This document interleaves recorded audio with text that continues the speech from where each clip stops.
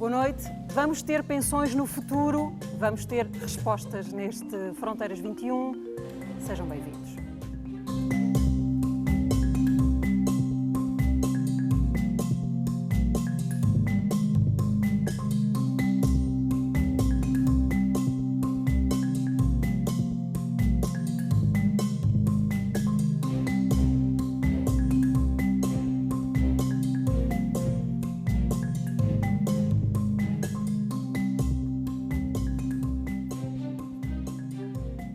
Vamos ter pensões no futuro? Esta pergunta tem sido uma espécie de elefante na sala que hoje vamos abordar e vamos transformá-lo em perguntas e em respostas. Há uma previsão de envelhecimento grave da população portuguesa nas próximas décadas que exige que se faça agora o debate sobre a sustentabilidade financeira do sistema de pensões e o estudo que divulgamos esta noite, um estudo da Fundação Francisco Manuel dos Santos, dá-nos também respostas sobre a sustentabilidade social do sistema, de um sistema que implica um contrato de gerações. No Fronteiras 21, esta noite, temos como convidados Amílcar Moreira, que é o coordenador deste estudo, Silva Peneda, que foi presidente do Conselho Económico e Social, Carlos Farinha Rodrigues, presidente do ISEG, especialista em desigualdades, e Ana Carla Pereira, que chefia a unidade da Comissão Europeia para os sistemas de proteção e para a modernização. Mas vamos então conhecer em detalhe este estudo através de um trabalho da jornalista Marina Conceição, que nos traça as linhas gerais do estudo, a infografia de Luís Bernardo e a pós-produção de Pedro Pessoa. Portugal tem atualmente 3 milhões de pensionistas. Cada reformado da Segurança Social recebe em média 366 euros. A pensão média da Caixa Geral de Aposentações é de 934 euros. Nos dias de hoje há 3 trabalhadores para cada pensionista. Mas não será assim no futuro. As previsões apontam para que em 2050, daqui a 30 anos, haja apenas 1 trabalhador e meio para cada pensionista. Será que o dinheiro vai chegar? Não, não vai chegar. Segundo o estudo Sustentabilidade do Sistema de Pensões, feito para a Fundação Francisco Manuel dos Santos, o sistema de pensões começa a gerar déficit em 2027. Mas se for usado o dinheiro que está no Fundo de Estabilização Financeira da Segurança Social, esse déficit pode ser adiado por 12 anos até 2039. A partir daí, terá de haver transferências do Orçamento do Estado para garantir o pagamento integral de pensões. O estudo prevê que essas transferências atinjam 3% do rendimento criado no país em 2050. E este é um cenário considerado otimista pelos autores do estudo, já que tem por base as projeções da Comissão Europeia para Portugal. Bruxelas acredita que a produtividade do trabalho e os salários vão crescer, em média, entre 1,5% e 2% ao ano até 2070.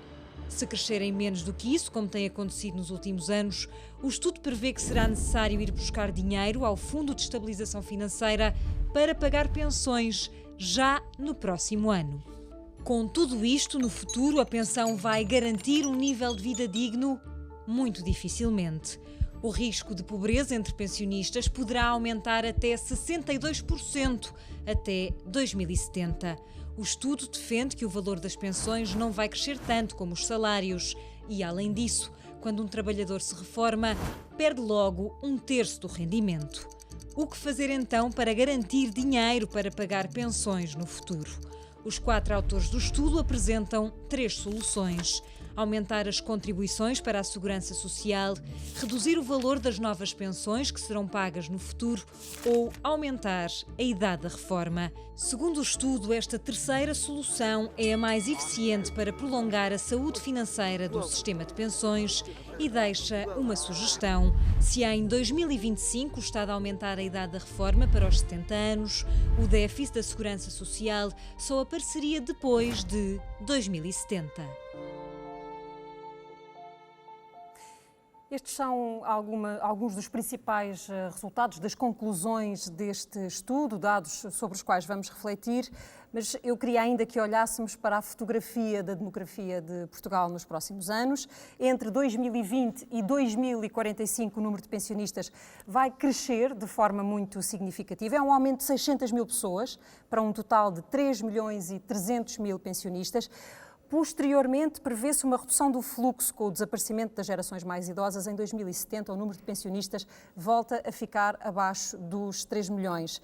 A questão é que, se em 2020 seremos 10 milhões de portugueses, em 2070 vamos ser menos de 8 milhões e, portanto, este número de pensionistas corresponderá na população a um total de 34%. E, de facto, com estes números vemos que a demografia corre contra soluções fáceis. Entre 2020 e 2070, como vos dizia, vamos diminuir de 10 milhões para 8 milhões de portugueses.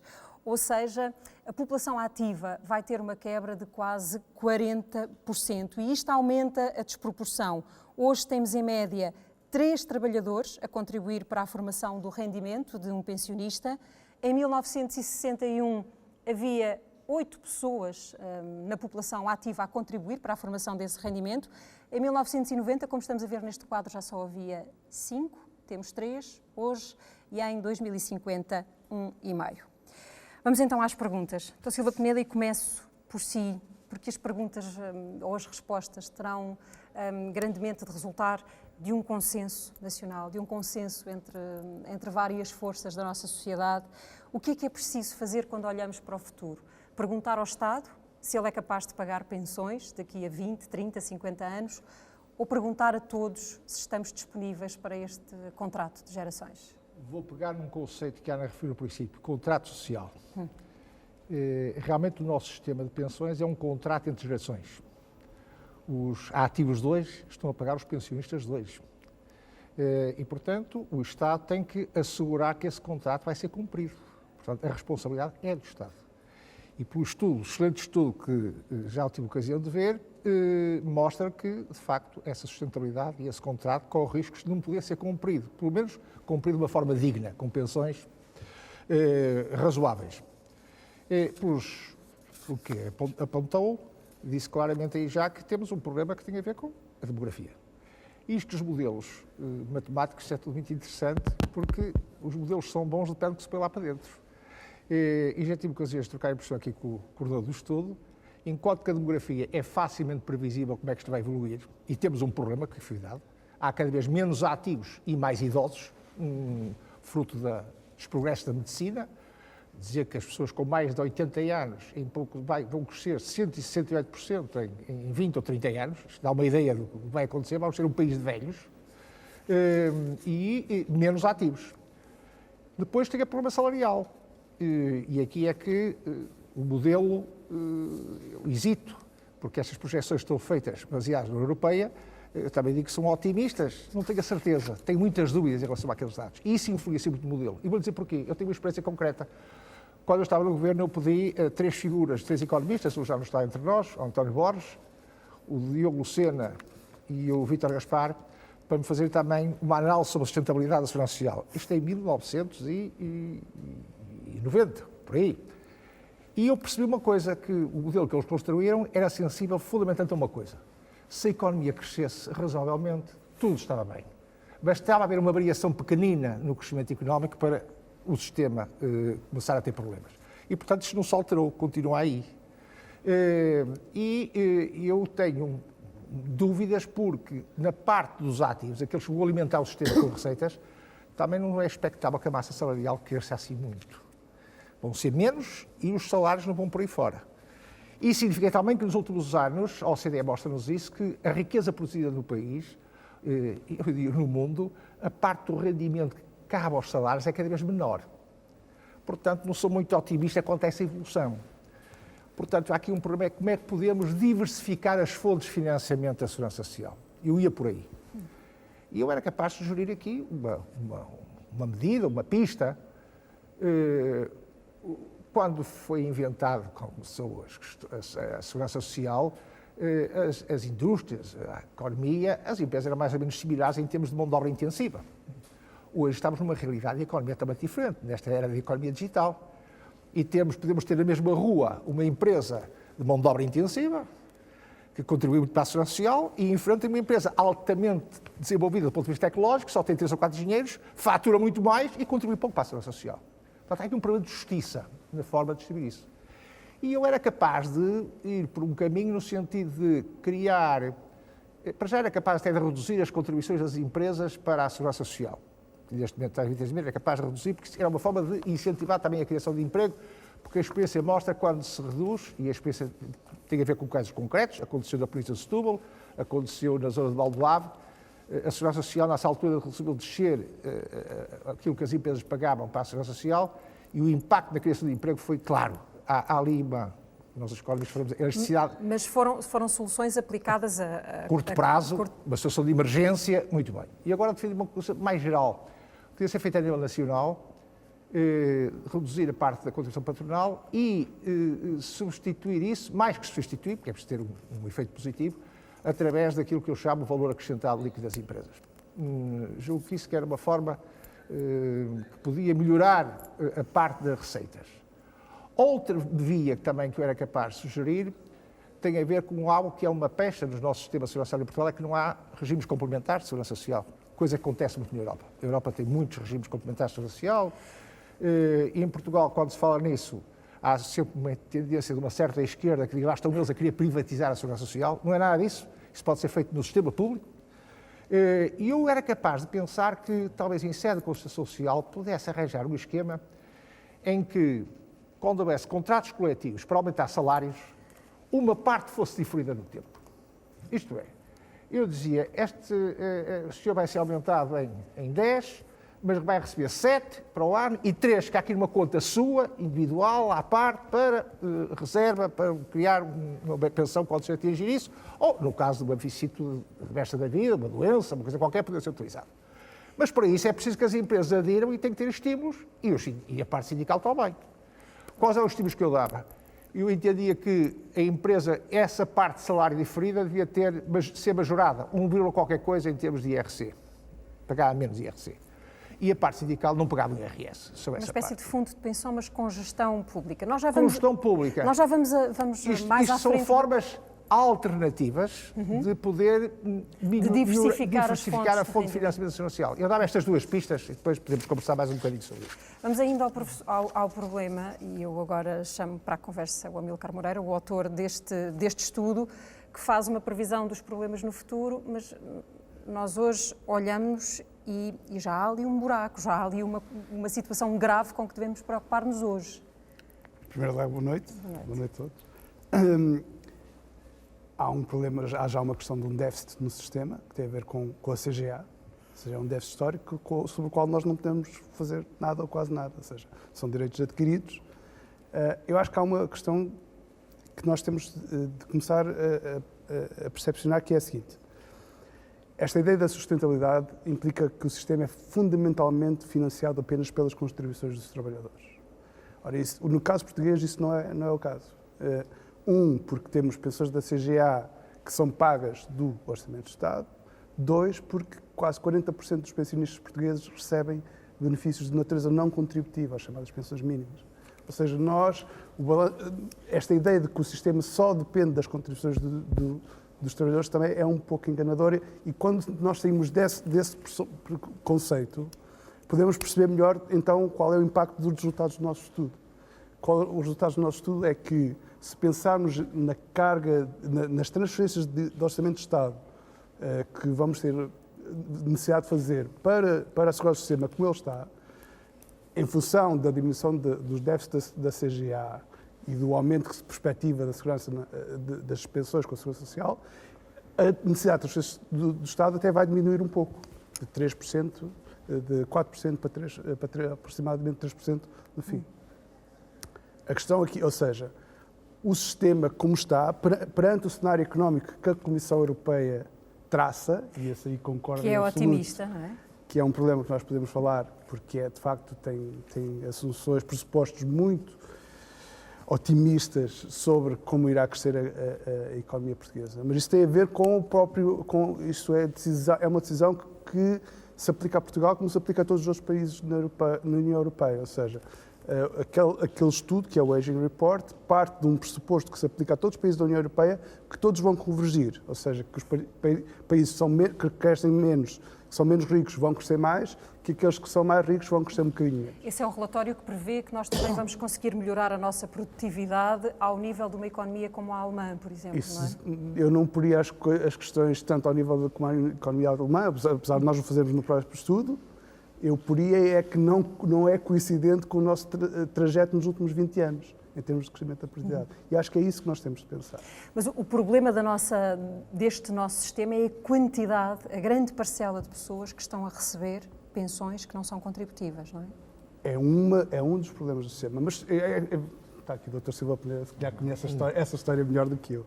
Fez parte dessa história. Ou seja, que o sistema, com a instauração do regime democrático, teve de absorver toda uma série de grupos sociais, nomeadamente mulheres que estavam afastadas, foram afastadas, e é ilegal para as mulheres trabalharem, afastadas do mercado de trabalho, e que foi preciso incorporar dentro do sistema de pensões. Isso já tinha sido o regime anterior. Marcelo Caetano, os sistemas rurais, já tinha sido o regime anterior. Mas elas estão mas ainda... com o governo do professor Cavaco Silva, em 91, acho que qualquer coisa, um momento também similar. Não é? E elas estão ainda hoje no sistema... E elas estão no sistema. Com uma situação muito mais frágil. O que o nosso estudo prevê é que, em parte, todo esse conjunto de pessoas, o grupo de pessoas a receber pensões de natureza não contributiva vai crescer ao longo do período. Mas isso não abate depois o crescimento que há nas pensões de natureza contributiva, da Segurança Social. E acho que isso também é uma coisa importante também a reter. O que se passa no universo da Segurança Social é muito diferente do que se vai passar com a CGA. A CGA foi fechada... Vamos só chamar-lhe Caixa Geral de Aposentações. A Caixa Geral de Função Pública, exatamente. Da função pública. A Caixa Geral de Aposentações foi fechada a novos subscritores em 2005 e, portanto, tem uma evolução muito, muito específica que não pode ser comparável com o que se passa na Segurança Social. Mas também não se repetirá, não é? Ela acabará por se resolver e por se dissolver dentro do sistema. Professor Carlos Farinha Rodrigues, e o principal objetivo é impedir ou dissolver desigualdades. Esse é o principal objetivo deste sistema de pensões e ele é, paradoxalmente, também, em muitos casos, um continuador dessas desigualdades. Bom, muito boa noite em primeiro lugar. Eu não sei se o objetivo essencial do sistema de pensões é a redução das desigualdades. Agora, eu acho é que numa altura em que nós queremos olhar de frente para o problema do nosso sistema de segurança social, temos que olhar para as várias componentes. É evidente que nós pugnarmos por um sistema que seja financeiramente são é fundamental. Agora, temos também que ver como é que ele se articula nas suas várias componentes em termos de garantir qualidade de vida e condições de vida dignas a todos os portugueses. E isso penso que é um aspecto importante e gostava de salientar que a grande vantagem deste estudo da Fundação Francisco Manuel dos Santos, de que o Amílcar é coordenador, é que, no fundo, abre uma porta para algo que nós sentimos há muito. É que nós temos que olhar para este problema com rigor, indo ao detalhe, vendo exatamente quais são as consequências. E isso é algo que tem sido feito pouco em Portugal. Voltando à questão inicial que me pôs, que é como é que nós podemos fazer, no fundo, esta combinação difícil de garantir a sustentabilidade do sistema da segurança social no seu conjunto e, simultaneamente, garantir que ele é mais justo, é mais equitativo. Claramente, e isso o estudo também faz, eu acho que é necessário distinguir muito claramente o que é o regime contributivo do que é o regime não contributivo. O regime contributivo, isto é, as pensões de quem trabalhou e fez descontos ao longo da vida, não tem como principal objetivo promover a igualdade. O principal objetivo é, no fundo, transferir para o futuro, são salários deferidos, ou seja, salários que nós deixámos de receber no presente e que esperamos que nos venham a devolver no futuro, embora ele também tenha uma componente redistributiva que é um traço muito característico do nosso sistema contributivo. Por outro lado, a harmonia entre este sistema e o sistema não contributivo tem que ser conseguido. Quando nós, por exemplo, olhamos, e há pouco eu suponho que seja um lapso, apareceu ali que íamos ter uma taxa de pobreza dos pensionistas de 66%. Não, era o crescimento. Uma taxa de... Mas nem Tudo isso tem a ver com a forma como se articulam os sistemas. Ou seja, eu tenho que pugnar por um sistema contributivo são, mas ao mesmo tempo tenho que pugnar que o Estado tenha instrumentos que permitam que as pessoas que não são captadas por esse sistema tenham uma vida digna. E isso também é um aspecto que é importante aqui dizer, muitas vezes os balanços que são feitos dos desafios e das ameaças ao nosso sistema de segurança social omitem um aspecto que eu acho que é importante, que é, nos últimos anos, praticamente desde o início deste século, deram-se passos muito significativos para atenuar os riscos com que o sistema se defrontava. Com as sucessivas reformas. E, portanto, eu tenho alguma dificuldade quando penso no sistema de pensões e como é que nós podemos fazer alterações mais ou menos paramétricas no sistema, e aí concordo com o que já foi dito, que estes modelos têm níveis de falibilidade muito grandes, são úteis, mas têm que ter intervalos de confiança, têm que ter margens de erro a ser consideradas, mas, ao mesmo tempo, é preciso ver como é que nós complementamos. Nós temos um instrumento, que é o instrumento principal de proteção da pobreza dos idosos, que é o complemento solidário para os idosos, que tem tido oscilações ao longo dos anos, não é um sistema perfeito, longe disso, mas que deveria conseguir, se funcionasse de acordo com os seus objetivos iniciais, no fundo, fazer o contraponto àquilo que o sistema contributivo não conseguia garantir em termos de vida digna às pessoas idosas. E, portanto, eu acho que só faz sentido discutir o sistema da segurança social no seu todo, desde que nós coloquemos ao mesmo nível a necessidade de ter um sistema que é financeiramente adequado com um sistema que seja ao mesmo tempo justo e que garanta as condições de vida da população. E isso só se faz conjugando as duas componentes. Claro que depois há várias hipóteses, eu, por exemplo, o Dr. Silva Peneda referiu uma com que eu estou completamente de acordo, que é nós temos que repensar as formas mais tradicionais de contribuições, o exemplo típico das empresas que hoje são altamente capital intensivo e que pagam uma quantia insignificante de contribuições para a segurança social, claramente tem que ser repensado. Penso também que a diversificação das formas de proteção social, quer públicas, quer mesmo privadas, faz todo o sentido. Agora, isso implica, na minha opinião, olhar para o conjunto da segurança social como um sistema que tem várias componentes que necessariamente têm que ser articuladas. E olhar ultrapassando as questões que normalmente emperram esta discussão, e elas são ideológicas, são políticas, são de classe, são geracionais, são de grupo até. Como... Nós temos várias opiniões, e penso que grande parte delas completamente legítimas, que perspectivam vias diferentes para o desenvolvimento de cada uma destas componentes. Agora, eu quero crer que, apesar dessas diferentes perspectivas, todos estamos interessados em ter uma segurança social que seja saudável do ponto de vista financeiro e que cumpra a sua função do ponto de vista de justiça redistributiva. Se nós aceitarmos este ponto de partida, grande parte das questões subjacentes são mais técnicas que políticas. Ana Carla Pereira, quando comparamos Portugal com os outros sistemas que existem na Europa, vemos que em termos demográficos estaremos numa das situações mais graves, quando comparados com os restantes países, mas saímos sempre prejudicados em todos os aspectos ou não? Estamos na situação mais frágil? Os problemas dos sistemas de pensões existem em todos os países. São questões que se levantam em todos os países, em todas as campanhas eleitorais e que afetam todas as gerações. E Portugal tem problemas específicos que são ligados à sua estrutura demográfica, não é só o facto de estamos a ficar mais velhos, que é uma tendência que é geral na Europa, mas temos uma população envelhecida que vem, por exemplo, da agricultura, que nem todos os países têm, e, portanto, aí há um peso importante do regime não contributivo que é superior em Portugal que noutros países. Temos um sistema que se baseia predominantemente no sistema público, não temos a componente ocupacional que se falava e de regimes que são acordados a nível da empresa. Portanto, não temos diversificação em termos de tipos de regimes, digamos assim. E depois temos um mercado de trabalho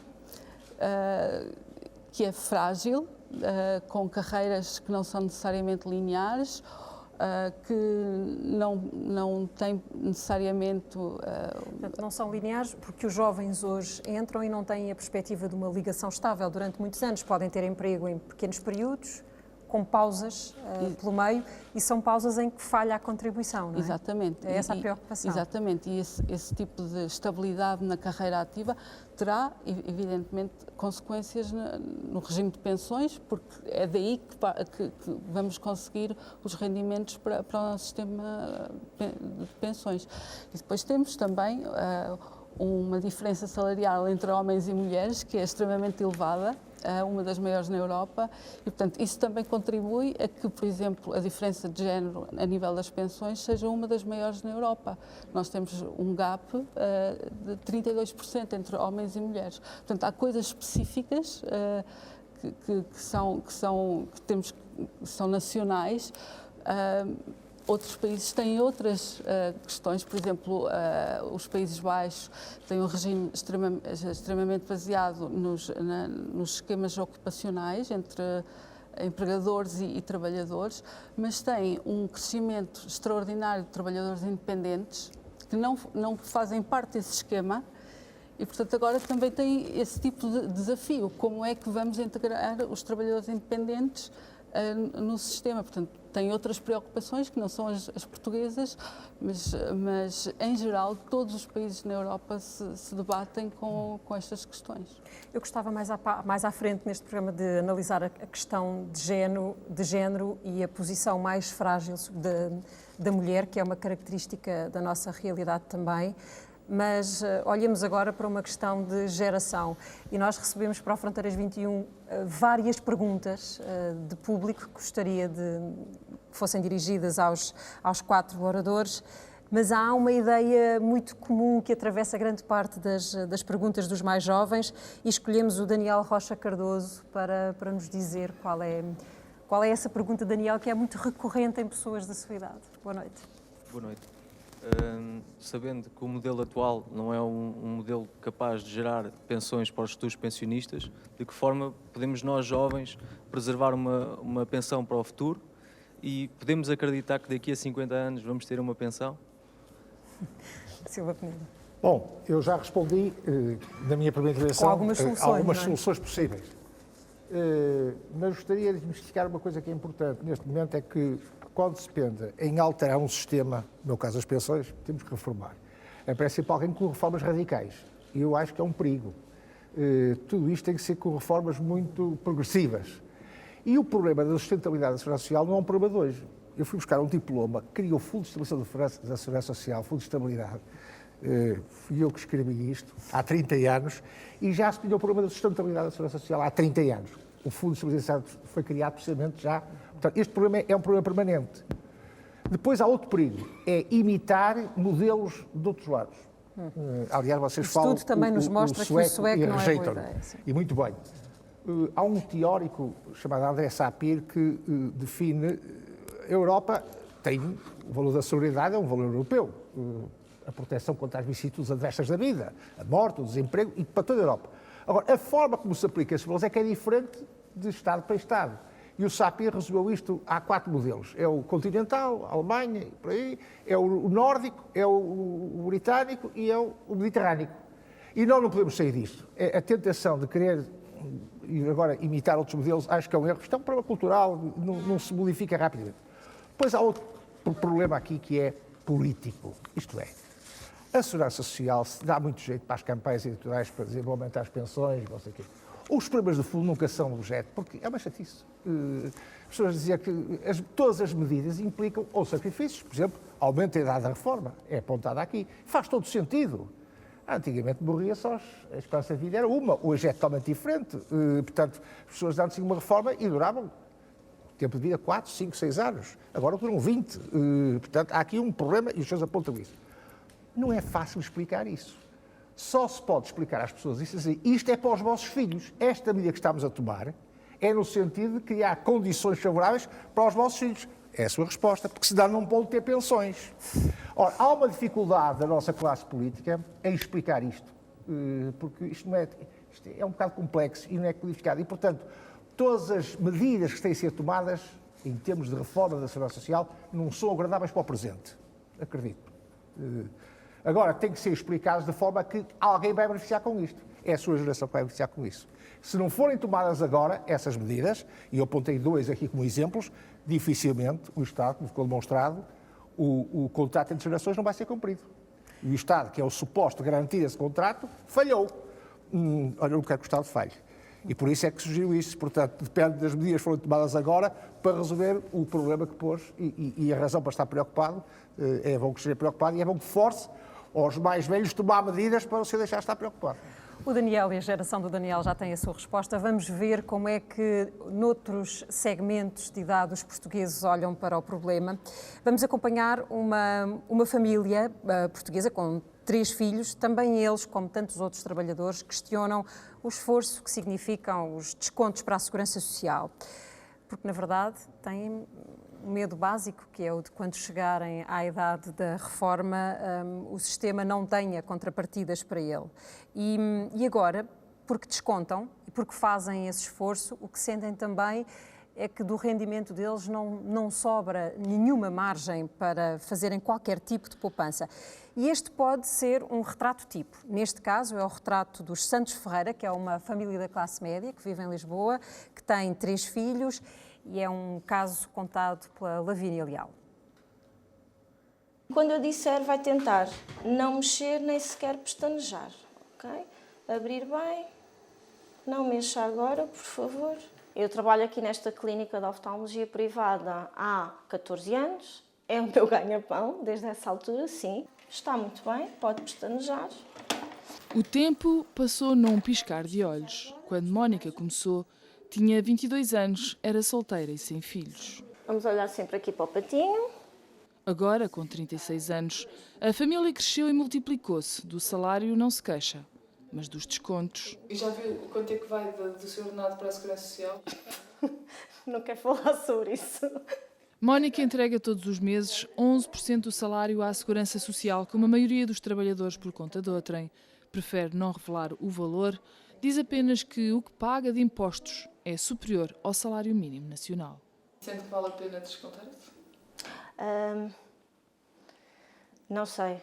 Quer dizer, na realidade não sinto que valha a pena, mas também não tenho outras opções. Não nos dão outra opção, certo? À quinta-feira, consegue sair às 18. Hora de ir buscar o Martim, o mais velho, anda no 1º ano. Então, foi bom o dia? Correu bem? Aprendeste coisas novas? Fui para português. Sim. Fui passar por cima do H. Boa. O resumo do dia está feito, a viagem até casa é curta. Então, força. Correu bem a tua escola, amiga? Manuel já foi buscar os outros 2, o Miguel e o Mateus. Bora, Mateus, anda. Vai. Tirar os sapatos e lavar as mãos.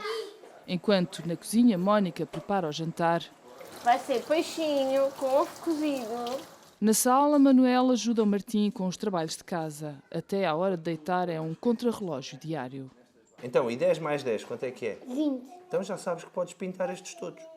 O talento de Manuel é dar aulas de teatro e expressão dramática, mas com 3 filhos, o casal apurou a arte de fazer contas. Todos os meses, a mesma soma. O ATL do Martim, 190 euros, e PSS do Miguel, 150, água, luz e gás, 120, a prestação da casa, 620. Os 900 euros que ganha como professor não chegam para as despesas fixas da casa. Fizemos o processo todo para pedir o nosso abono de família. A resposta foi, sim, o processo foi deferido. Ah, ótimo, então e qual é? Não, o processo foi deferido, mas não pode ser atribuído nada porque vocês têm os valores muito acima. Pronto, eu sou então considerado perante a Segurança Social uma pessoa rica, uma pessoa que tem um ordenado que não chega aos 4 dígitos, desconto porque sou obrigado a descontar, que por mim não descontava. preferia que eles me dessem o dinheiro e me dissessem, olha, metam aqui de lado. Está bem, eu meto aí, pronto. Quando chegar aos 60 anos, ele está cá. Está bem? Agora eu estou a meter o dinheiro num sítio que quando eu chegar não está lá. Quando formos velhinhos e só os dois, já não precisamos de uma casa tão grande, vendemos esta e com a venda desta compramos uma mais pequenina e com o que sobrar, olha, é o nosso pé de meia. Então diz lá, o que é a Segurança Social? Não sei. Martim não sabe responder, mas os rabiscos que vai fazendo para desenhar a família ajudam a perceber a relação entre o número de contribuintes e o número de pensionistas. Atualmente, para cada reformado há 3 trabalhadores no ativo. Em 2050, quando o pai e a mãe já estiverem aposentados, para cada 2 pensionistas haverá 3 contribuintes. O pai, a mãe, eu, o Miguel e o Mateus. Eu, no meu caso, já estou salvaguardado então, porque tenho 3 filhos e eles vão pagar a minha reforma. Ótimo, então se calhar já tenho direito à reforma. Se as aspirações de carreira do Martim se cumprirem com sucesso, O que é que tu queres ser quando fores grande? Jogador de futebol. aumentam as garantias de uma velhice mais confortável. A Lavínia Leal vai agora contar-nos uma outra história e mostrar-nos outra perspectiva de como é que funciona o sistema de pensões. Vamos conhecer um casal de reformados, estão com 600 euros cada um e foram viver para Arganil, porque o custo de vida no interior permite-lhes uma maior qualidade no dia-a-dia que não conseguiam ter na capital.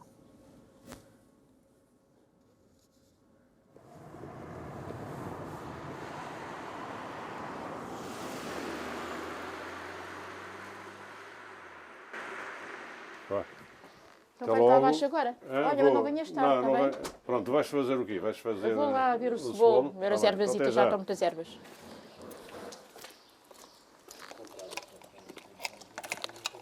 Ai, todos os dias gosto de vir até aqui.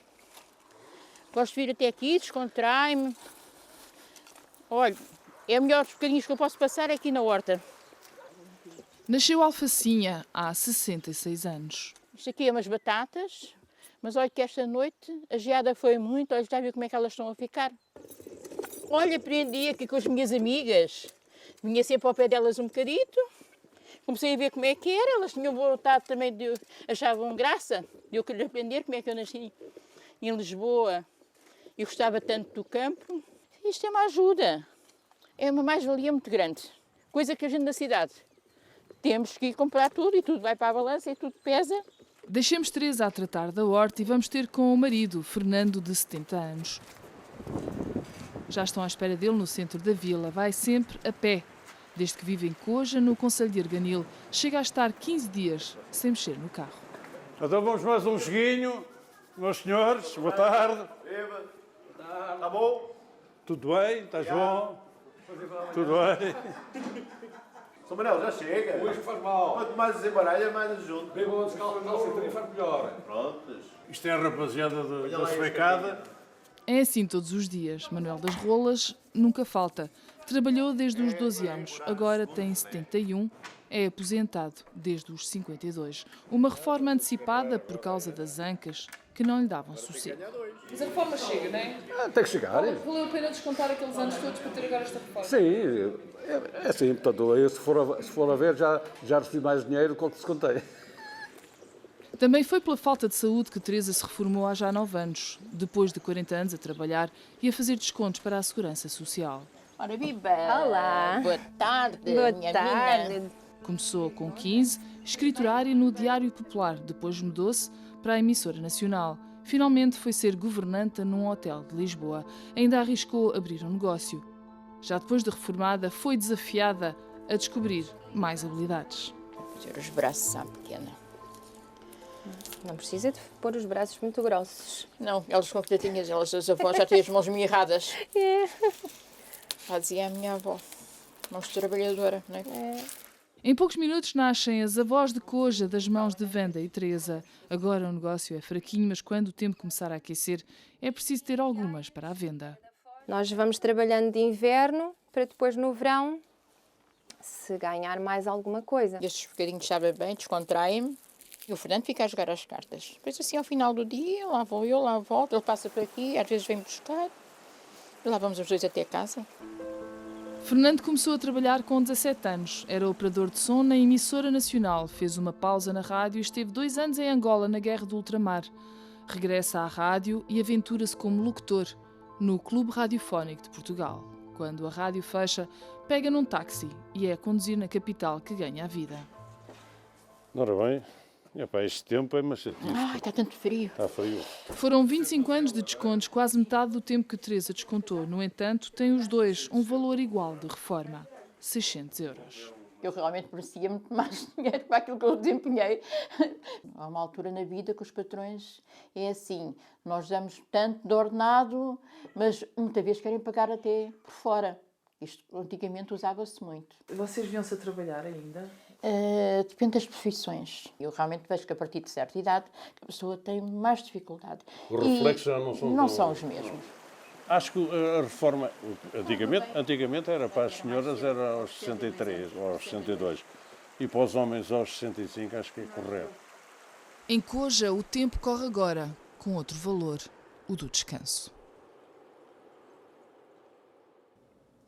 Atualmente, a Segurança Social tem uma receita de 27.100 milhões de euros. 62% destas verbas resultam das contribuições que são pagas diretamente por trabalhadores e por empregadores. 30% são transferências do orçamento do Estado e 8% têm outras origens. O total da despesa com pensões e abonos é de 25.200 milhões de euros. O pagamento de pensões é a principal parcela, que consome 65% das verbas. 4,9% vai para subsídios de desemprego e a restante parcela inclui todas as restantes prestações sociais e abonos. É este quadro que estamos a ver agora, a formação da coluna da receita com a origem do financiamento e depois a forma como ele é distribuído para as várias rúbricas.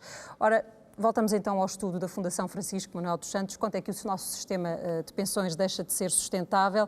A previsão deste estudo considera que até 2027 as contribuições para a Segurança Social são suficientes para pagar a despesa com as pensões contributivas. A partir daí, entramos em déficits crónicos e será necessário recorrer ao Fundo de Equilíbrio Financeiro da Segurança Social, mas esta é uma solução que se esgota em 2038, como vemos neste gráfico. Em 2039, neste estudo, são todos os alertas, só é possível garantir o pagamento de pensões com transferências do Orçamento de Estado. Voltamos ao estudo, Amílcar Moreira, isto é, se nada for feito, o que se conclui é que com o aumento da idade de reforma, há uma estabilização do funcionamento do sistema. Sim. E como é que vamos dizer a estas pessoas que acabámos de ver, que contribuem com aquele grau de convicção, não é? Que é nenhum, vão trabalhar mais ainda? Eu acho que primeiro temos, se me permite, eu vou responder aqui ao Daniel, que é a ideia de que no futuro não vai haver dinheiro para pagar pensões. Haverá sempre dinheiro, porque haverá sempre transferências do Orçamento de Estado. É um compromisso político que nós temos. Okay? A questão é o que é que nós queremos fazer com o dinheiro, com esse dinheiro. Ou seja, qual é o custo da oportunidade de usar esse dinheiro, se devíamos estar a usar esse dinheiro, por exemplo, para investir em educação, para investir em sistemas de cuidados aos idosos. Interrompeu. E depende também do montante da pensão. Podem ser cada vez mais miseráveis. Sim. Mas a questão é, eu acho que a primeira coisa, ou a primeira ideia e fundamental que eu gostava de fazer neste programa é que poderemos ter haver um problema de sustentabilidade, ou seja, das contribuições não serem necessárias para pagar toda a despesa de pensões, não quer dizer que não haja dinheiro para pagar as pensões. O que significa é que temos de usar dinheiro de outras fontes para assegurar o pagamento dessas pensões. Isso é uma questão muito diferente e põe a perspectiva de porque é que as pessoas têm de contribuir de outra forma muito diferente. Okay? Essa é uma questão que eu queria ver, que eu queria ver clarificado. E agora vai ter de responder a sua pergunta. A pergunta era sobre, portanto, o estudo olha para três hipóteses de futuro. E uma delas entronca naquilo que estava a dizer, que é, podemos pagar menos pensões, não é? Ou pensões mais baixas. Essa é uma solução. Podemos aumentar a contribuição desta gente nova que estará a trabalhar para a formação dessas pensões. Ou então, pôr toda a gente a trabalhar até mais tarde. É esta a solução que dá mais garantias ao funcionamento do sistema? Esta é a solução das três que foram testadas. Destas três, sim. Okay. Das três que foram testadas, de facto, aumentar a idade da reforma é a que tem maior impacto em termos de aumentar a sustentabilidade do sistema. Uma conclusão também importante é o facto de que soluções baseadas no corte do valor das pensões são de todas a menos eficiente no sentido de melhorar financeiramente o sistema. Foi o que aconteceu ao modelo sueco, mas nós já vamos falar sobre isso. A ideia aqui, depois podemos falar, tem a ver com uma coisa que ficamos a saber que foi que o Dr. Silva Peneda criou, que é a capacidade do Fundo de Estabilização Financeira de atuar como estabilizador do sistema. E que a solução de cortar benefícios é que menos potencia o papel do FEFS enquanto estabilizador do sistema. A questão é que se recorrermos a ele acabaria em 2038, não é? Sim, acabaria. Isso é outra discussão que nós temos de ter sobre como é que nós regulamos o funcionamento do FEFS. Mas não vamos entrar por aí. Sobre a questão do aumento da idade da reforma. É, de facto, de todos os cenários, aquele que se mostrou mais eficiente, ou seja, nós conseguiríamos, aumentando em 3 anos, prolongar a sustentabilidade do sistema para além de 2070. E estamos a falar de aumentar em 3 anos a idade normal da reforma, mas também a idade de acesso às reformas antecipadas, que é uma questão muito importante. A própria CDE recentemente veio levantar essa questão.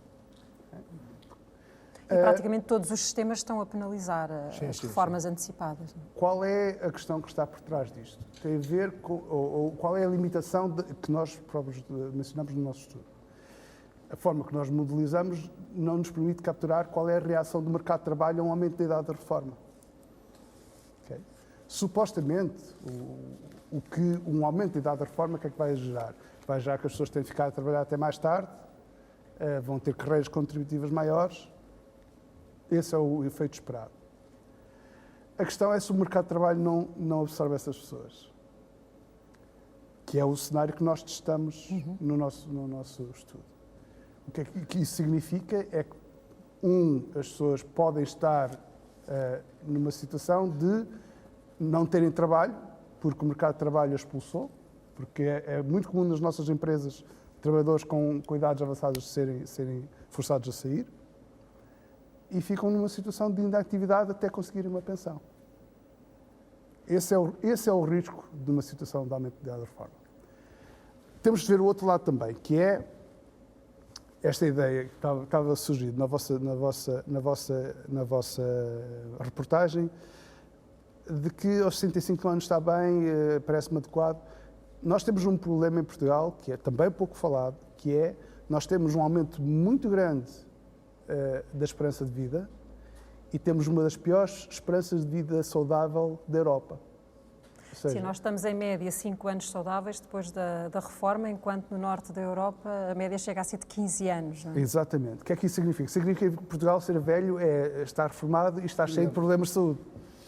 Ora, se nós não melhoramos a esperança de vida saudável para permitir que as pessoas possam permanecer no mercado de trabalho até mais tarde, esse é um desafio fundamental. Nós, então, o desafio, a possibilidade de aumentar a idade da reforma vai gerar efeitos não esperados de maiores níveis de inatividade entre séniores, problemas na transição para a reforma, significa 4 anos que você fica sem contribuir, significa que a sua pensão pode ser mais baixa, pode significar que a pessoa, como tem de estar no mercado de trabalho, vai ter de mudar para um trabalho que paga muito menos, que vai baixar o valor da pensão, é o que acontece no nosso modelo. Portanto, esses efeitos têm de ser todos muito bem estudados sobre o impacto de aumentar a idade da reforma. Mas, de facto, nos cenários que nós estudamos, é o que se mostrou mais eficiente. Deixa-me perguntar ao professor Farinha Rodrigues qual é a opinião dele sobre o efeito nas desigualdades que pode provocar esta decisão de adiar a idade da reforma. Deixe-me ir um pouquinho atrás, porque eu acho que há, quer na pergunta do David, quer em algumas questões ali da peça, algo que eu acho que nós devemos refletir um pouco. Há, em primeiro lugar, uma ideia de o que é que vão fazer para que isto funcione. E isso corresponde muito ao olhar para o sistema da segurança social como uma engenhoca, para não lhe chamar geringonça, que se nós mexermos nos parafusos, aquilo passa a ficar melhor ou pior. É evidente que há questões muito técnicas na arquitetura dos sistemas da segurança social.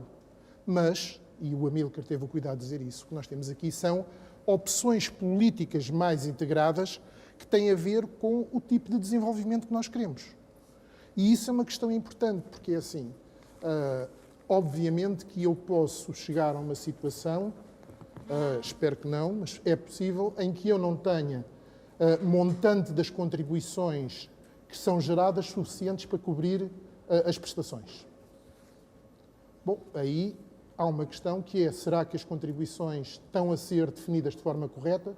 Já vimos que é possível ser criativo e ser adaptativo em relação aos novos desafios da economia dessa questão. E, por outro lado, temos que ver estas questões de uma forma integrada. Eu, quando penso na pergunta que o David colocou e que muita gente coloca, eu acho que nós pugnarmos por um sistema de segurança social mais eficiente e mais justo faz parte da nossa reivindicação de cidadania de querermos uma sociedade melhor, em que temos que articular vários aspectos. E, portanto, muitas vezes eu posso ter várias soluções possíveis para enfrentar os problemas das pensões. Agora, a solução não pode ser encontrada olhando exclusivamente para a máquina. Há aqui uma questão de opções políticas que nós temos que ter. E isso é fundamental. Ou seja, é verdade que os sistemas são extremamente complexos, que nós temos uma justa posição de vários sistemas, uns em vias de extinção, outros emergentes. Sim, mas há uma parte que é para os técnicos, há uma parte que tem a ver com decisão política. E é essa que tem que ser tomada. E, portanto, eu recuso esta ideia fatalista de que aquilo é como eu referi, uma engenhoca para especialistas que têm que apertar bem os parafusos para que aquilo funcione. O que está aqui em causa é uma questão de decisão política. Em relação à questão que me colocou, eu não me choca o aumento da idade da reforma, acompanhando de alguma forma o alargamento da esperança de vida, mas acho que o Amílcar focou um aspecto importante, que é não basta o alargamento da esperança de vida, é preciso que esse alargamento traduza-se numa vida com qualidade. E, mais uma vez, aí se remete-nos para um problema de não olhar só para a segurança social de uma forma fechada, porque, assim, obviamente que aquilo que eu consegui fazer no Sistema Nacional de Saúde tem implicações em termos da qualidade de vida das pessoas. Portanto, no fundo, eu acho que é necessário uma atitude mais proativa, não só de perceber que isto faz parte de um sistema mais vasto, mas também que nós, enquanto cidadãos, faz parte dos nossos direitos de cidadania reivindicar e lutar por um sistema mais justo. Ou seja, não é ficarmos à espera o que é que eles vão apertar os parafusos para que isto funcione bem. Em relação à questão das desigualdades, a questão das desigualdades muitas vezes deve ser vista com algum cuidado. Porquê? Nós somos tradicionalmente olhados como um sistema em que larga maioria das pensões do regime contributivo são extremamente baixas. E muitas vezes não pensamos que tem havido sucessivas alterações neste universo dos pensionistas. Deixem-me dar-vos uma ideia que muitas vezes vale a pena refletir. Quando nós hoje pensamos quem são as pessoas que estão a chegar neste momento à idade da reforma, se nós pensarmos um bocadinho, detectamos uma coisa muito particular. É que nós estamos precisamente na altura em que as novas gerações que chegam à idade da reforma já entraram todos no mercado de trabalho depois do 25 de abril de 74. E isto marca uma diferença muito grande. Porquê? Porque são pessoas que têm associados níveis salariais mais altos. E carreiras contributivas inteiras. Carreiras contributivas mais longas, ou porque efetivamente elas foram mais longas, ou porque aquilo que era prática antes do 25 de abril, que era as entidades patronais não fazerem a entrega das contribuições, deixou de existir. Então, são pensionistas que vão exigir mais. E vão exigir mais. Agora, isso também tem associado um facto que, na minha opinião, ainda está pouco estudado, que é a consequência natural destas alterações é que nós temos uma crescente heterogeneidade entre o grupo dos chamados pensionistas. Ou seja, nós quando dizemos, bom, os idosos são as pessoas com mais de 65 anos, isto é um clube muito pouco seletivo, porque em princípio todos nós lá vamos chegar. Mas chegamos com muitas diferenças. E de facto há uma heterogeneidade crescente. Nós hoje continuamos a ter uma larga maioria de pensões muito baixas, mas já temos simultaneamente algumas pensões que nem por isso. E portanto, de alguma forma, o que se pode concluir daqui é que, mesmo no sistema contributivo, cuja função principal não é ser redistributivo, há espaço para alguma atividade redistributiva, ou seja, há espaço para alguma redução das desigualdades. Agora, mais uma vez, para eu ter uma efetiva redução das desigualdades, implica a articulação do que se passa neste universo das pensões contributivas com as pensões não contributivas e, essencialmente, com aquele que é o instrumento privilegiado de redistribuição do rendimento, que é o sistema fiscal. E aí há também muito a fazer. Aí haverá muita margem.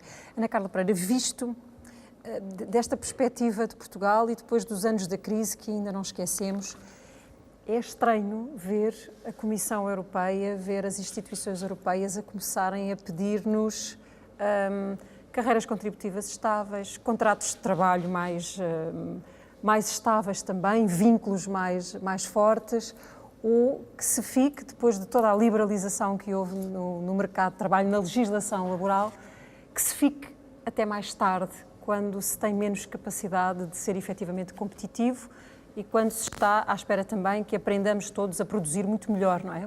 São essas as taxas de produtividade. Há aqui um paradoxo ou há, sobretudo, só desafios para a economia? Há muitos desafios e alguns paradoxos também, mas os problemas que têm hoje os jovens, por exemplo, em ter um contrato estável e que lhes permita prever um pouco qual será a sua vida, poder planear, ter uma família, é uma realidade que não existia, se calhar, há 20 anos. Hoje a precariedade é talvez mais elevada do que há algumas décadas atrás. Portanto, é uma realidade, digamos, nova e que tem muita influência no sistema de pensões, ou naquilo que os jovens podem pensar que será o sistema de pensões. Porque se não tivermos carreiras estáveis, se não houver salários razoáveis, é evidente que a capacidade contributiva não estará lá e, portanto, mais tarde será difícil também ter um sistema robusto. Porque uma das coisas que pode ser interessante é quando há capacidade fiscal, quando há espaço fiscal, em tempos bons, é preciso talvez guardar um bocadinho ao lado para os tempos que são mais difíceis, que é o tal fundo de estabilização. E é preciso pensar como é que se reforça e como é que se estabiliza esse fundo que está ali. Portanto, esse é um desafio para as camadas mais jovens. Quando vemos aquele casal de pessoas que já estão na reforma e que explicam que se calhar seria mais difícil trabalhar até mais tarde, os desafios ali são outros, não é? É tentar ter condições de trabalho que permitam que pessoas com mais idade continuem no mercado de trabalho de forma ativa e presente e aumentar a idade de reforma sem essas medidas de ativação e de melhoramento das condições de trabalho para os trabalhadores mais idosos, é evidente que não vai funcionar. Há países na Europa que aumentaram a idade da reforma sem pensar o que é que isso significaria no mercado de trabalho e veem agora o número das pensões de invalidez crescer. Porquê? Porque as pessoas pensam individualmente, obviamente, não é? Pensam na sua situação e vão tentar encontrar uma resposta ao seu imediato, não é? Aos seus problemas imediatos. Porque o mercado de trabalho também não tem ocupações com um perfil adequado àquilo que é a sua capacidade. Exatamente. E esse é um dos grandes desafios, é poder aumentar a produtividade, não é?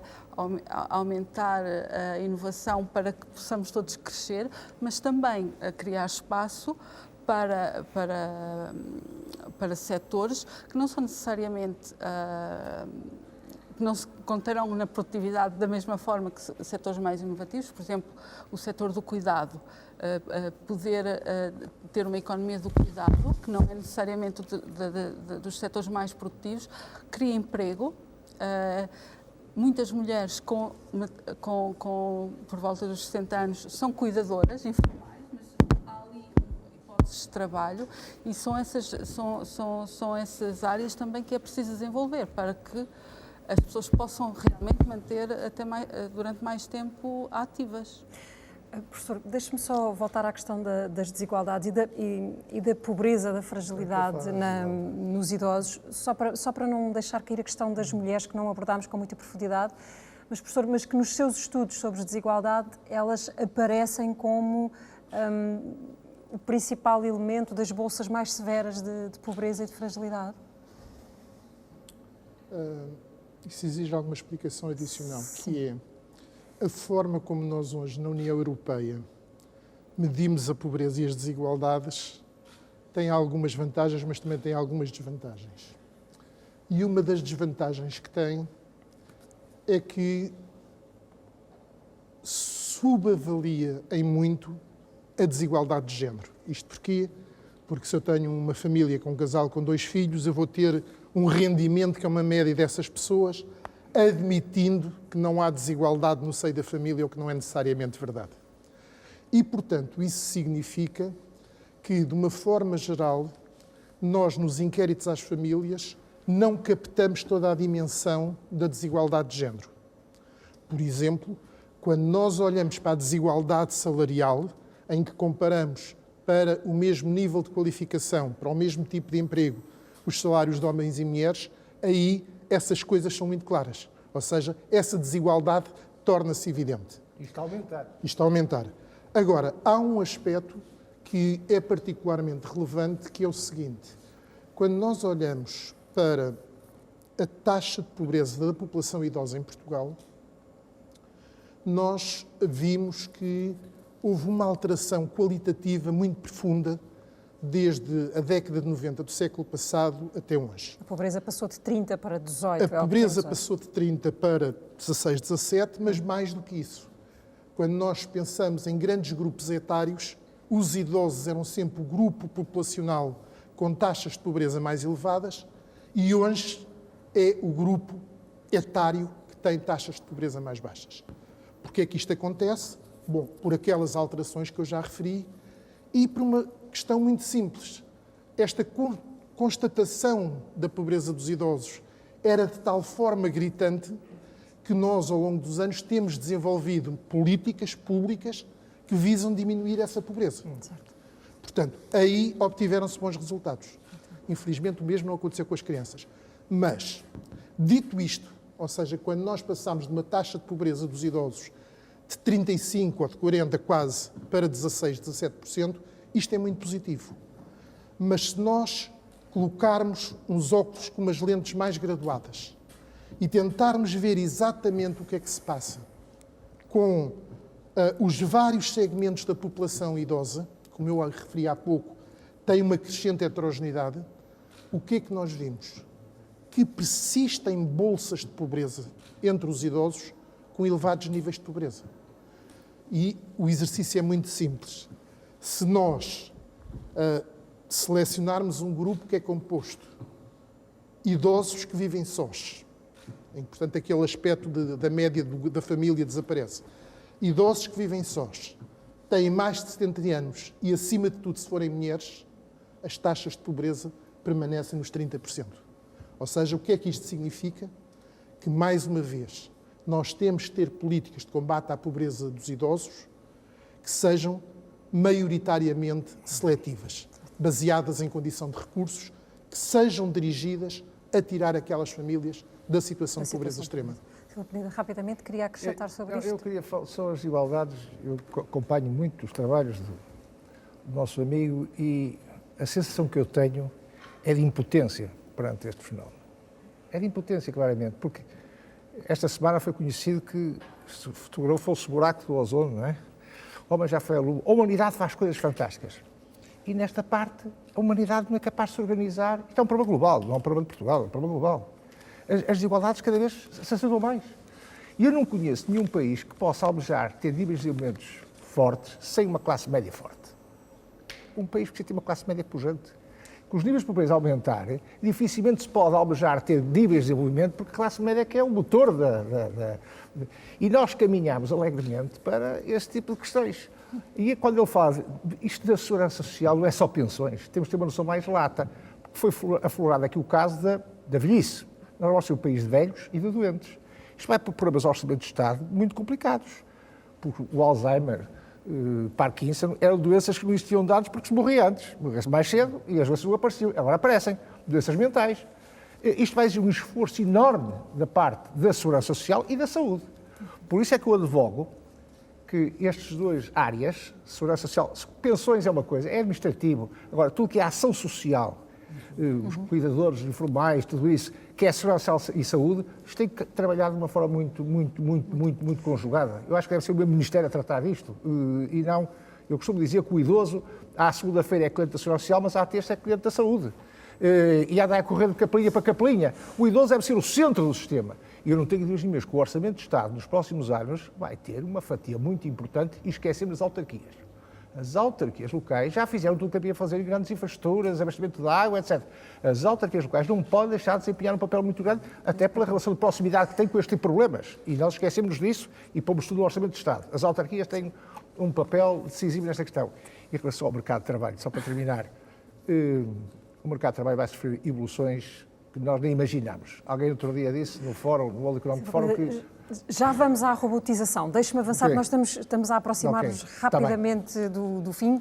Falta-nos ainda falar do modelo sueco, porque ele foi estudado. E vamos ouvir uma entrevista que a Rebeca Abcacis fez ao Joaquim Palma, que é filho do Olof Palma e estuda na Suécia o estado social daquele país.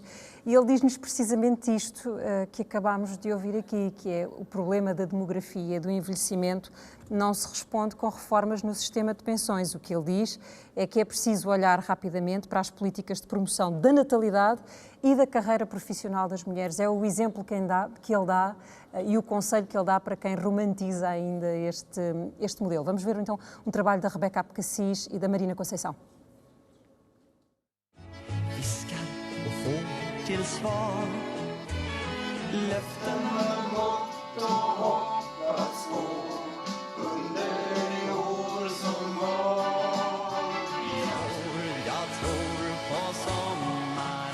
A Suécia percebeu cedo que o envelhecimento da população iria trazer desafios para pagar pensões no futuro. Há 20 anos, o governo sueco alterou a forma como são feitas as contribuições para a segurança social e o método de cálculo das pensões. We have fixed contribution rate to the pension system. We have a flexible retirement age, and so we have put it on a sort of sounder economic ground. Na Suécia, quem trabalha desconta obrigatoriamente para a segurança social e para um plano poupança-reforma escolhido pelos suecos e gerido por fundos privados com diferentes taxas de juro. O Estado garante assim uma pensão pública e outra do plano poupança-reforma. O valor das pensões a pagamento é calculado anualmente. Varia consoante o orçamento da Segurança Social, o número de pensões, a esperança média de vida e as taxas de juro. O modelo sueco é muitas vezes apontado como um exemplo a seguir por países como Portugal para resolver os problemas financeiros da Segurança Social. Joaquim Palme é sociólogo e filho do antigo primeiro-ministro da Suécia, Olof Palme.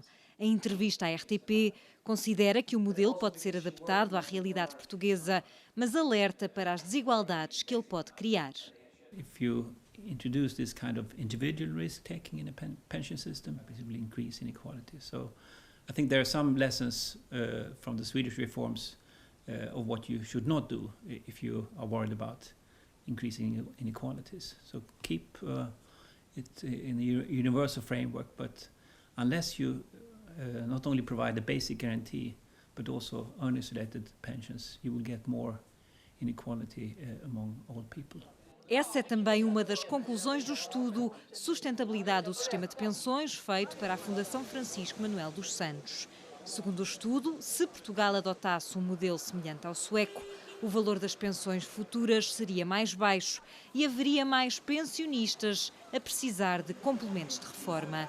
Mas, para o professor sueco, os países mais envelhecidos têm outros desafios, além da sustentabilidade do sistema de pensões. We should not only reform our pension systems or our healthcare systems to deal with that. We should worry about the future tax base, the number of kids born, how we educate them, and also the opportunities for women to not only be carers but also taxpayers. That can help a lot. São os conselhos de quem conhece bem o modelo nórdico de Estado Social. Pronto, este é o modelo, então, que tem sido para muitos e ao longo de algum tempo uma espécie de romance. Passamos para a ficção científica, que é a ideia de automação da economia, quando os robôs tomarem o nosso lugar. Ora, vamos olhar para um caso de sucesso, que tem robotização, mas que criou postos de trabalho. Vamos visitar um olival super intensivo no Alentejo, onde a industrialização se fez sem destruir postos de trabalho. A repórter Marina Conceição vai trazer-nos então um caso em que a tecnologia criou emprego e está a gerar valor, tanto para a região como para o país. Azeite. Produto extraído da azeitona, o fruto da oliveira. É utilizado há 8.000 anos pelos fenícios, gregos e romanos. Portugal é atualmente o quarto produtor mundial. A produção evoluiu mais nos últimos 20 anos do que nos 2 séculos anteriores.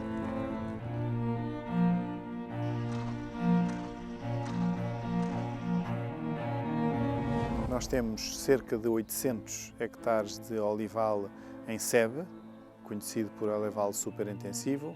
São cerca de 1,3 milhões de oliveiras, todas plantadas a partir de 2005.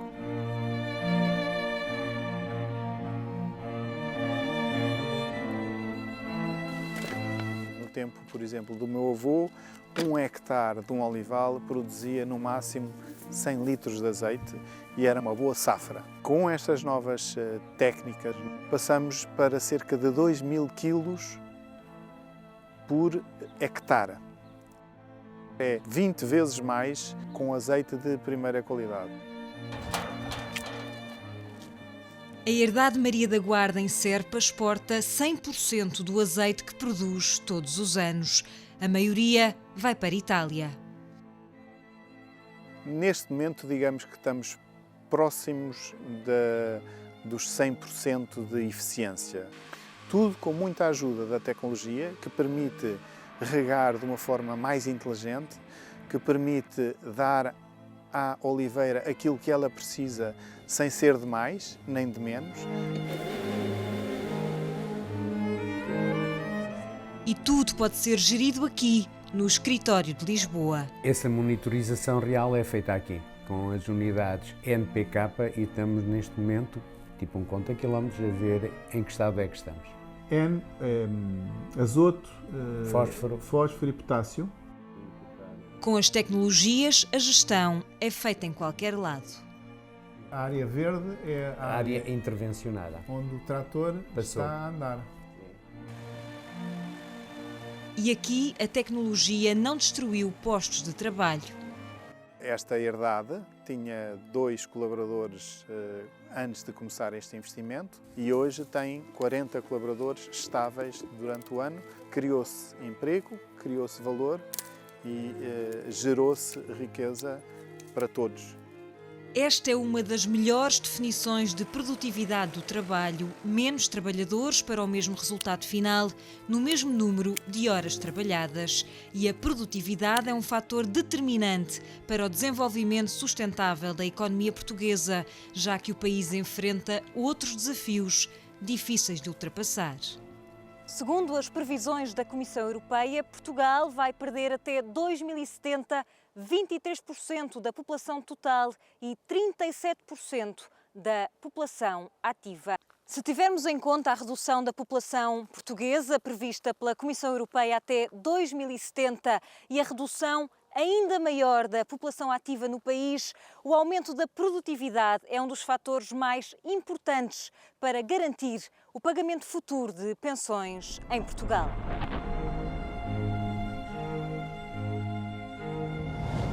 A produção de azeite é um dos melhores exemplos do aumento da produtividade em Portugal nos últimos anos.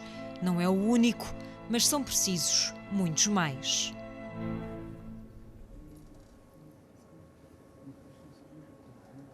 E é precisamente a robotização um dos temas que preocupa também as novas gerações. Temos connosco o Pedro Pereira, que é estudante de Economia na Nova. Muito boa noite, Pedro. E sobre isto há uma pergunta. Antes de mais, boa noite. Pegando nesta peça, a ideia de uma taxa que tem sido apresentada sobre estes robôs, sobre estas máquinas, poderia ser uma boa alternativa para o financiamento do nosso sistema, ou, por outro lado, seria uma penalização demasiado grande à inovação e estaríamos a atrasar no nosso país um avanço que é inevitável? Então, Silva Peneda tem uma resposta aqui. A França já o fez, a Espanha também já o fez. É evidente que essas medidas há sempre o reverso e o reverso.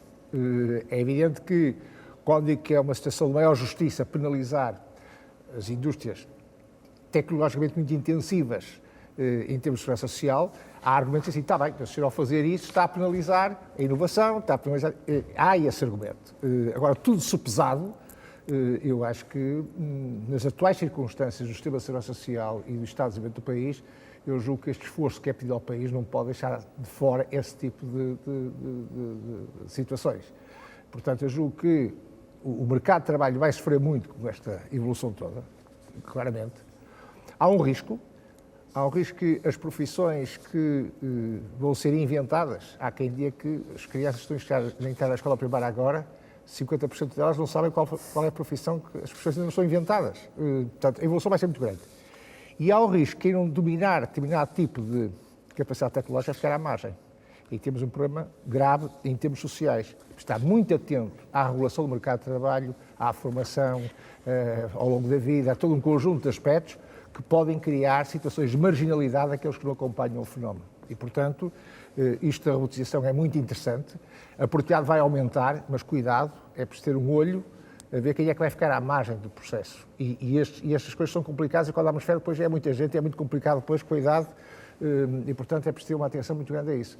Agora, outros países estão a fazê-lo e, portanto, a sua pergunta, a minha resposta é afirmativa. Deve haver, de facto, algum contributo, não no sentido de desmotivar essas iniciativas, mas acho que devem contribuir um pouco também para a parte da proteção social. Doutora Ana, na preocupação de criação de competências permanente, esta é uma questão que tem que ser tida em conta, esta preocupação das classes desta geração mais nova, porque eles vão, de facto, competir com robôs muito eficientes, não é? Não sei se o homem vai competir com robôs. Não há estudos, os dados não dizem vamos perder emprego ou vamos criar emprego. Mas o que é claro é que todos os empregos vão mudar na sua essência e se não houver acompanhamento em termos de competências, como dizia o Dr. Silva Peneda, é evidente que há pessoas que vão ficar mais marginalizadas. Portanto, investir na educação é essencial para que se possa, por um lado, aproveitar a máquina, poder juntar à máquina a criatividade humana, o saber fazer que a máquina não necessariamente não pode fazer e garantir que ao longo do tempo, qualquer que seja o novo tipo de tecnologia que apareça, as pessoas sejam capazes de se adaptar. A ideia de competências ao longo da vida, de educar ao longo da vida, é fundamental. Não basta estudar até aos 20, aos 25 e pronto, já chega. Não será possível num cenário em que as tecnologias estão sempre a mudar e portanto, é preciso acompanhar isso dos 20 até aos 65, não é? A reforma, ou mais. Não sabemos se a tecnologia é um fator que tem... Mas eu penso que esta questão de tributar os robôs acaba por aparecer muito como um estereotipo de algo que é uma constatação. Nós hoje temos profundas mutações no mercado de trabalho e, infelizmente, a capacidade das políticas públicas se adaptarem a essas transformações tem um lag, tem um desfazamento temporal muito grande. E, portanto, há, de alguma forma, este receio.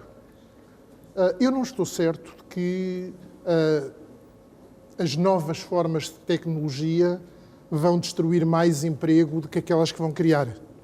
Tenho a certeza absoluta que há certas formas atuais de emprego que vão desaparecer e que outras vão surgir. O saldo final, não sei qual será e penso que ninguém sabe. Agora, isso não impede, e obviamente que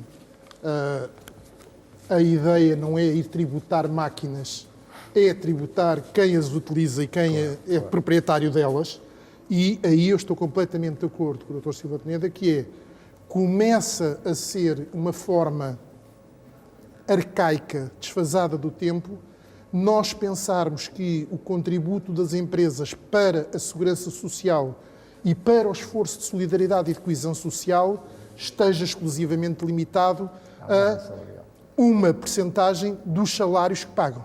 Nós hoje, quando olhamos para as grandes empresas de ponta, como a Google, como a Amazon, etc., vemos que elas são empresas com um nível de capital intensivo muito grande e, portanto, restringir a sua participação para o esforço coletivo da segurança social àquilo que os poucos trabalhadores que elas têm pagam é limitativo e é injusto, na minha opinião. E, portanto, eu não estou preocupado se os robôs pagam ou não. Lembro-me sempre daquele áudio de 2001, Odisseia no Espaço. Eu não estou preocupado em tributar os robôs, estou preocupado em que a atividade económica que utiliza essas tecnologias de ponta tenha capacidade para se desenvolver, mas ao mesmo tempo dê o contributo que tem que dar para o desenvolvimento da sociedade. Olhamos então agora, e incluindo aqui o modelo sueco, e a pergunta é esta, doutora Amilcar Moreira. Nós temos que ter uma solução só portuguesa. O modelo sueco, conclui o estudo, não nos interessa, não é? Resultaria os custos sociais são enormes. Em pensões muito mais baixas.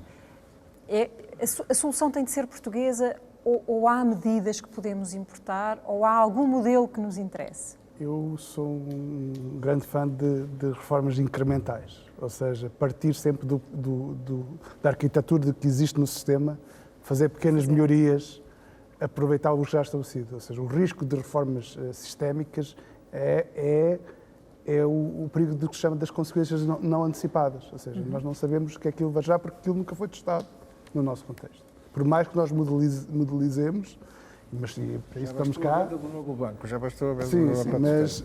Mas, portanto, eu sou sempre um adepto de reformas de natureza incremental.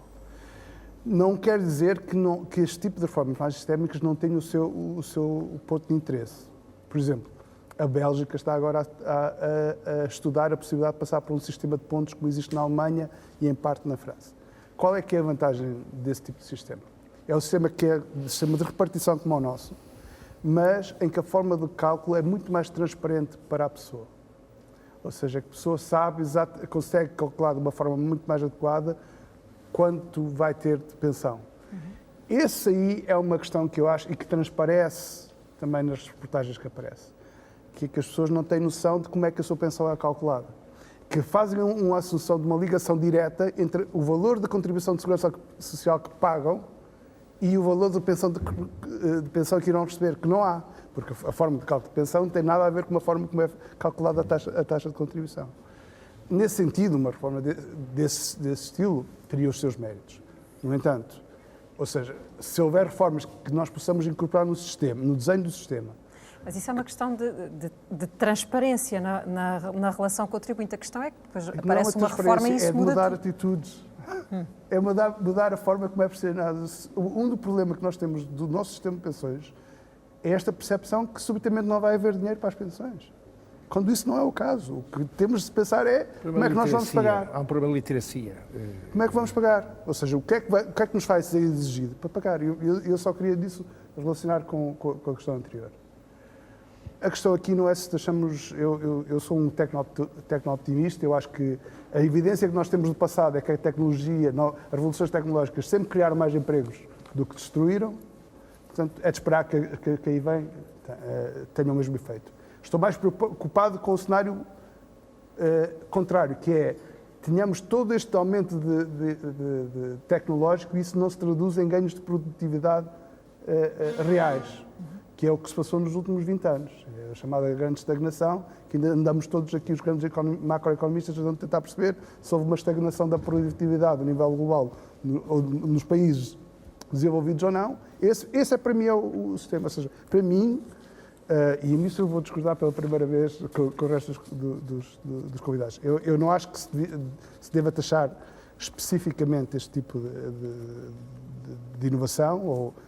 Eu acho que temos um problema em Portugal, um problema da distribuição da carga fiscal que é preciso ser resolvido, ou seja, em que o fator de trabalho é taxado a níveis muito mais altos do que o fator capital. Ora, se nós começamos, mas isso é uma forma diferente de taxar, porque isso tem a ver depois com taxar, por exemplo, a riqueza. Portugal é um dos países com mais, nós não sabemos, eu encontrei esta estatística por acaso, Portugal é um dos países com maior nível de concentração de propriedade de terra na União Europeia, e nós não temos consciência disso. Isso não é rendimento, isso é riqueza. Não é Sim, mas é isso que eu estou a dizer. Mas quando nós começamos a pensar na forma como se distribui a carga fiscal, nós temos que começar a pensar é que parte do problema que temos é que, se calhar, andam muito poucos a pagar para muitos, enquanto que alguns que podiam pagar mais não estão a pagar. Isso não é consequência. Estou de acordo. Agora, mas isso é diferente de taxar tecnologia. Não é tributar as máquinas. Não quer tributar um robô tributar o lucro. Ou uma máquina de calcular. O que eu quero é que as empresas sejam tributadas em função daquilo que são o seu valor acrescentado para a sociedade, não é? E aí é que está a questão. Eu não tenho a preocupação de ir saber se tem 4 robôs ou se tem um único robô gigante que faz a mesma coisa. Quando tu estás num modelo económico que é muito capital intensivo, por exemplo, que lançar uma startup exige capital inicial muito forte, estás à cabeça a ideia de taxar, pelo menos teríamos de alguma forma criar um sistema que não taxasse imediatamente. É só o acrescentar líquido. É depois dele dar resultado. Enquanto não der, não há nada. É só quando se afirmar.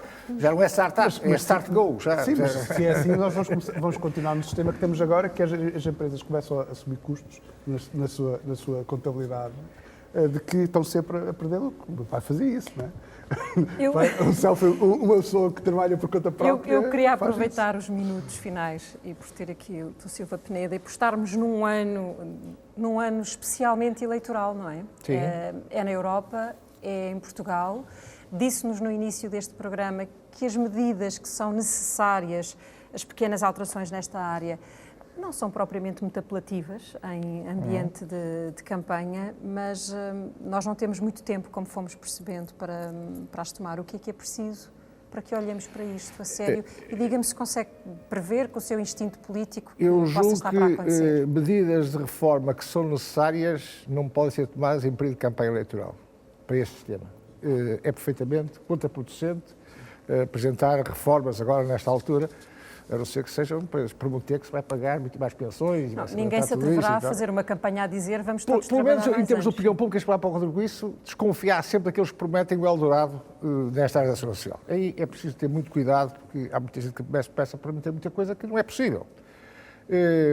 Isto exige estabilidade política, uma reforma deste género, precisa ser bem pensada e precisa de um grande consenso na sociedade portuguesa, uma reforma deste tipo. Consenso político, a nível de partidos políticos, e consenso a nível de parceiros sociais.